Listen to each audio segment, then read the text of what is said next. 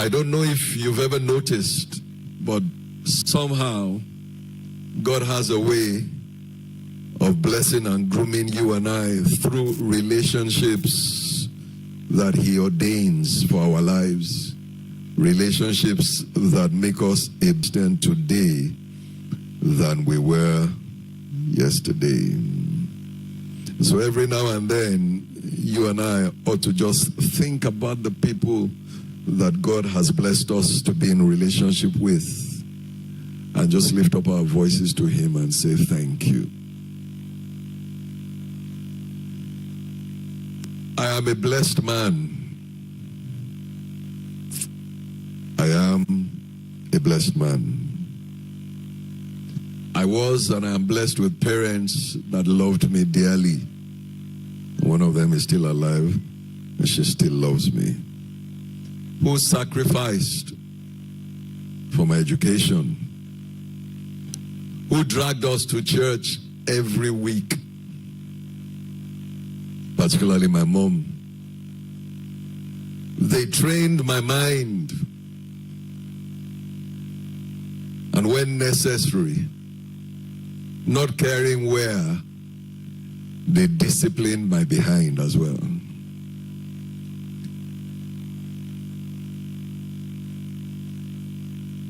I remember, because I was a very rascally boy, a lot of times my mom, would come back from work. She used to come earlier than my father. And she would ask, where is Demola? I'm not the firstborn, no. I'm second to the last. And she would ask, where is Demola? And they would say, Demola has gone to play football. And my mom would leave the house and go maybe to the field then, Salvation Army. It used to be like maybe where Batch Freeman High School is. And my mom will come there with either a cane, the strong one, or bilala. You know what they call bilala? Or bulala, koboko. Whether it had 3 heads, whether it was a 5-headed koboko, she will come. And she will beat me from the field to the house. If I manage to run away, when she gets to the house, she will finish the beating. And it was not just my behind that she disciplined. Anywhere that the cane touched was okay, except my face. And I look at my body today and I thank God I don't have scars from the beating. But I thank God for her life and her discipline. While I was in primary school, I've experienced enough beating in my life. We had a maths teacher, University of Lagos Staff School, in those days. His name was Mr. Odede. He was our maths teacher. Mr. Odede could cane the entire school with his left hand. Fast forward to secondary school, I had a house master. His name was Mr. Adegoke. Mr. Adegoke could cane the entire house and did cane the entire house on a few occasions. He also used his left hand. I wonder whether God gave people that use left hands some special strength to be able to beat. But I thank God for all of them. My father, late father, was not much of a cane person. He was more of a word person. And so each time, or whenever he caned me, it hurt even more. It pained even more. But I thank God for him because he trained my mind. I remember a lot of times, the engineer that I am today the passion was developed from when I was young. My father, being also a trained engineer himself, used to service his vehicles and repair vehicles himself. And I remember those times that on Sundays, sometimes Saturdays, when I should be playing, I thank God for some faithful friends that I have in my life. My dad had long told me that if you have 2 faithful friends, then you are a blessed man. If that is the case, then I thank God for my friends who stick by me day in, day out. They mean a lot to me. Can you look at your life this morning and thank God for that brother that God has brought into your life? And thank God for that sister that God has brought or put in your life. I'm blessed to have faithful friends. I'm blessed to have a wife, my honey pie, who has been with me through thick and thin, who continues to tolerate me, who means the world to me, and who I love with all my heart. I thank God for my wife. I am blessed to be the pastor of Jehovah Shammah. And even though it is early days yet, I love being in relationship with people, and I love to be in relationship with as many of us as would allow it. However, of all these relationships that I'm blessed to have in my life, there is none better than being a father. The best thing that God has ever done in my life happened first in 1999. And then 6 years later, in 2005, when God gave me the awesome opportunity to be a father twice over. And there is nothing in the world like being a dad. I have a lot of names that people call me. I won't tell you any of those names. If you know, you know. I have a lot of names that people call me. And some of these names, when you hear them, they help you understand the relationships that I have with people and how far and how long some of those relationships have been.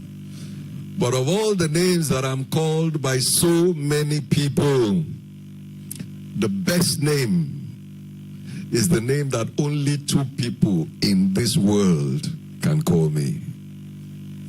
And that is Daddy. Daddy. Not the daddy that you call me because I'm your pastor. The daddy that comes from the heart. From the heart. I'm sure that I can get a witness in the house this morning who can testify with a wave that there is nothing in the world like knowing that you have earned the right for your child to call you Daddy. Let me tell you. Having children not only teaches you how to pray, having children teaches us how to sacrifice. Because when you have children, you no longer live for yourself. All your working, all your earnings is for their future, to support them, to fund their exploration, to fund their whatever. When your child will come to you and say, Daddy, I want to learn how to play the piano, and you will go and buy a piano or a keyboard, and after paying an instructor, 3 weeks down the line, the child will tell you he's no longer interested. He will tell you, I want to know how to play football. You will go and invest in buying footballs. He will go for 1 or 2 practices. The third practice said, Daddy, my legs are aching me.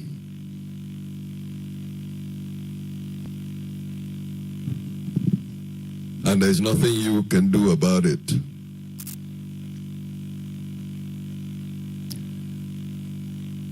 Having a child will teach you how to sacrifice.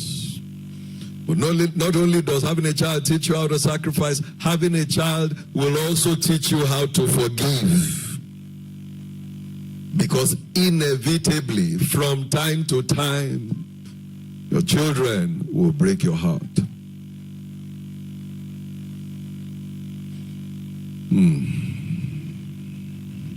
Having a child will teach you how to be patient. No, let me rephrase that. Having a child will teach you how to be long-suffering. That's a biblical term. Long-suffering. Because your child will grow up and get to a point in life when they begin to talk to you and talk back at you. And at those times, when you want to grab them and squeeze the living daylights out of them, and suddenly you now realize that it is genetic. And you suddenly realize that as you are looking at your son or daughter, you are actually looking at yourself.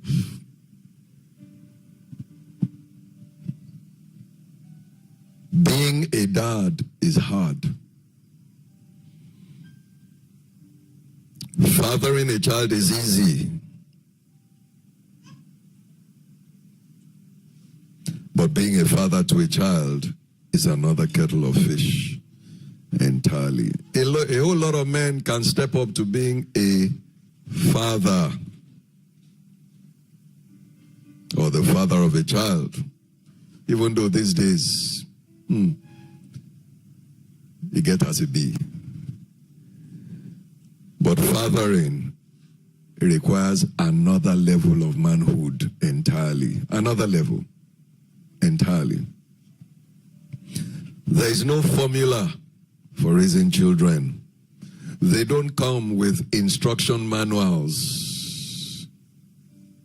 Because every child is different. As we go along, we just have to figure it out. What worked for child number 1 may not necessarily work for child number 2.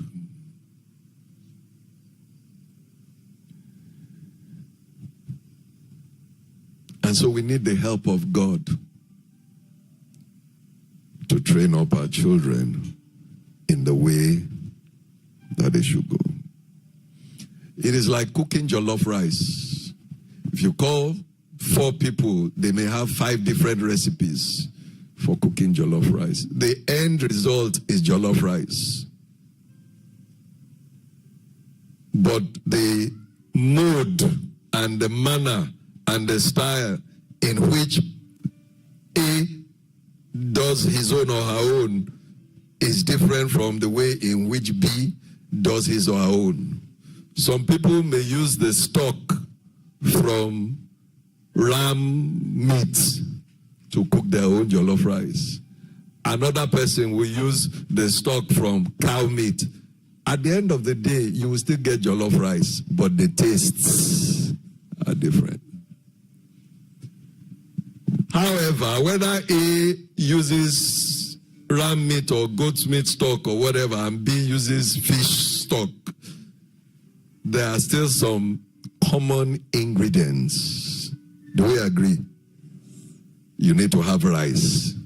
whether it is basmati or it is ofada or it is polished rice, there must be rice, there must be water, there must be salt, there must be stock, there must be all of those adjusters. So there are common things, ingredients that Jesus.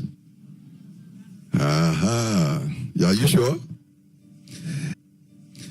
In the Gospel of Luke, John the Baptist did not baptize Jesus. Say, Pastor, where did you get this one from? Jesus? Say, Pastor, where did you get this one from again? This man, are you leading us in the right direction? So, because all of us said John the Baptist, because that's what we thought.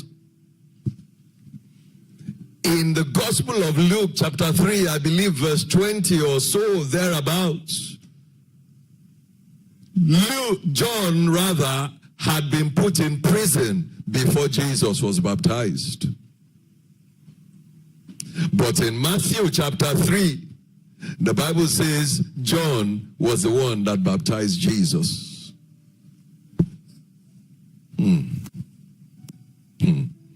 So the question is, who really baptized Jesus? Was it John? Was it his disciples? Who are the people that were present when Jesus was being baptized? Was Mary there? Was Peter there? Was Matthew there? Who exactly baptized Jesus?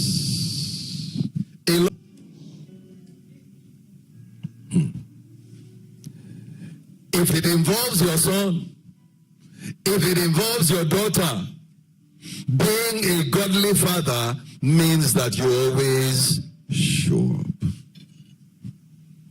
God shows up and he has something to say. And that is deep.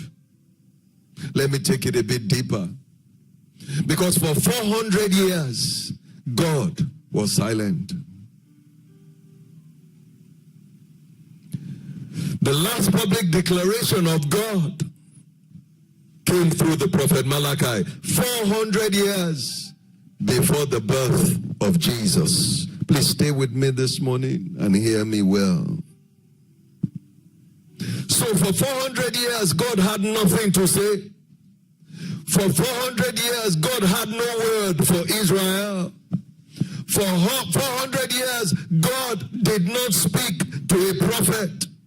For 400 years, God had no message for his children. As a matter of fact, when God wanted Mary to know that she was going to be pregnant, he didn't say anything. He delegated it to an angel to tell Mary. For 400 years, God had been quiet. But all of a sudden, out of the blues, he shows up at the River Jordan and says, I have something to say. Why, if for 400 years God was silent, does he now decide that he has something to say at River Jordan? I believe that the answer is obvious, because it involved his son.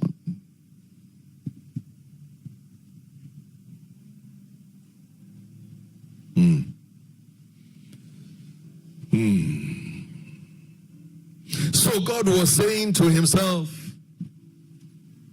if I am going to show up anywhere, if I am going to say anything, if I am going to make my presence known, I'm going to do it when it involves my son.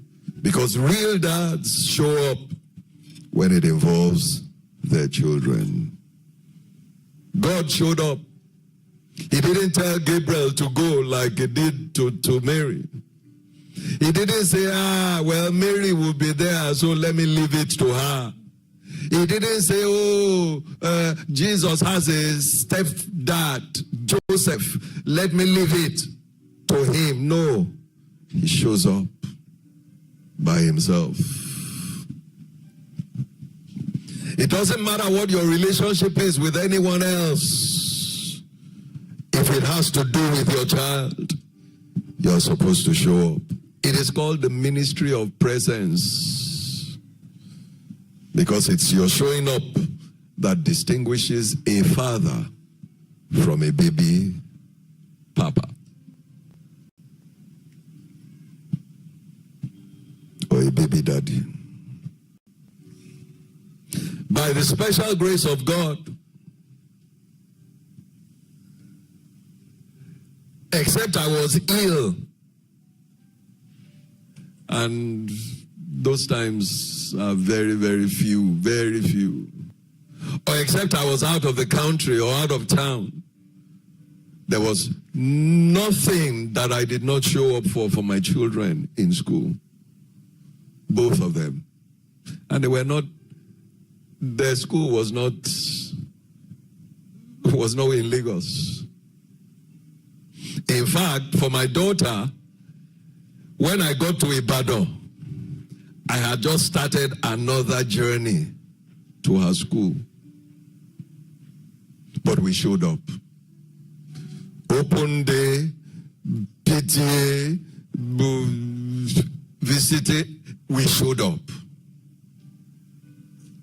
In those days when Lagos Ibadan Expressway was not like this, it will take us forever. In fact, we would sometimes have to go on Saturday and sleep over, come back the following day. Through what I did with your sister for another 5 years or 6 years. Nah. Let's come closer. Is that okay? And he agreed. Thank God for his life. But even that journey, even that, I thought that I was doing where his own school is. Somewhere in Ikorodu, going towards Turkey. The road was so bad that at times it will take 3 hours to get to school from Lagos. At times 4 hours. I think Pastor Kunle's children too went there. So if you know it's the school, you know the school I'm talking about. Your children too went there. So I'm not saying what is not. Go and verify me. As Peter Obi will say, go and fact check me.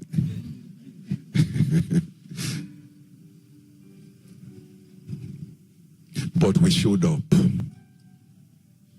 That's the point that I'm making. We showed up. Inter-house sports, we showed up. Because that's what a father should do. A father should show up.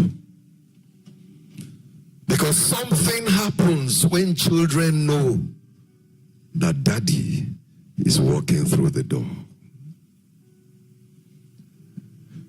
As I think back over my life, truth be told, there were some sins that I didn't get up to. There were some sins that I did not get to enjoy because my father understood the ministry of presence. He will always show up. He will always show up. So that's the first thing. Show up. The second thing that I'd like to share with us from the baptism of Jesus is that God not only shows up, he has something to say, or he says something. He says, "This is my son. This is my son." Very deep. This is my son. Remember when the angel Mary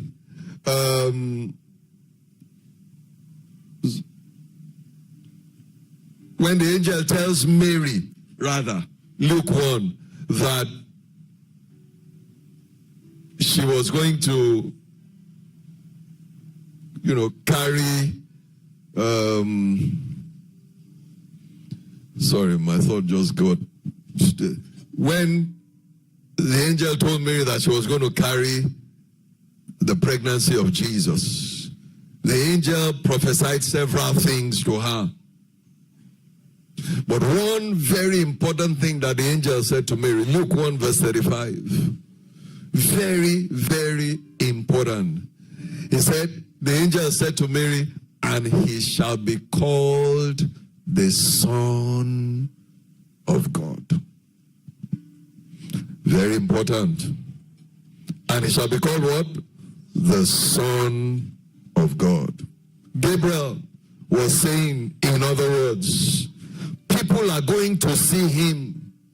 People are going to see his miracles. When they see his works, they are going to call him the Son of God. And that is exactly what happened when you read the Gospels. All who witnessed his wondrous works, in response, they called him the Son of God. John chapter 1, Nathanael sees the prophetic vision of Jesus and says, you are the Son of God. Matthew chapter 16, Peter is in Caesarea Philippi, and Jesus went to him. They were all together, and Jesus says, and who do you say that I am? And Peter answered, said, thou art the Christ, the Son of the living God. When Jesus was dying on the cross, the Roman centurion looked at him after all of the events and said, truly, you are the Son of God. Witnesses.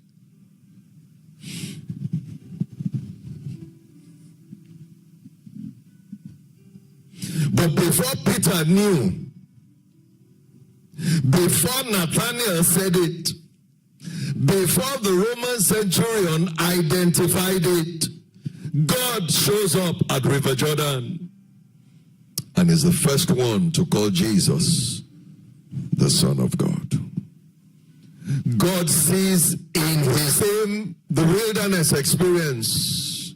In chapter 4 came the temptation. After chapter 3 was chapter 4. In chapter 3,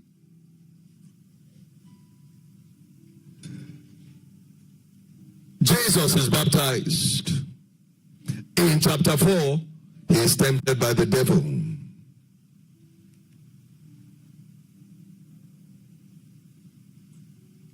After the Jordan comes the wilderness.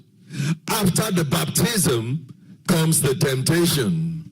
After seeing his Father's presence comes a time when Jesus had to stand by himself. Now watch this. In chapter 4, where Satan was to confront him, the very first statement that Satan made to Jesus. Does anybody know what it is? Are we following this morning? Satan asked him a question. If you are truly what? Son of God.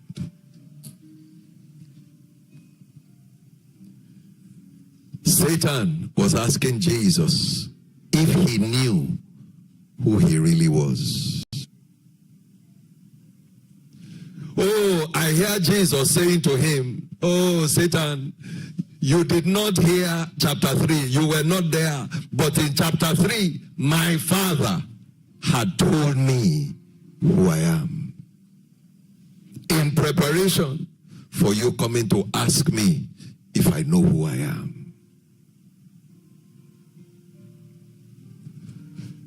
We need to tell our children who they are, fathers, before the world challenges them.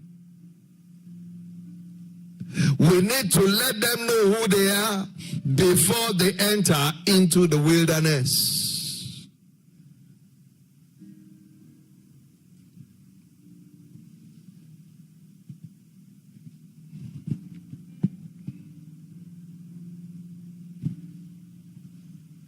Jesus was already prepared by what his Father had said to him.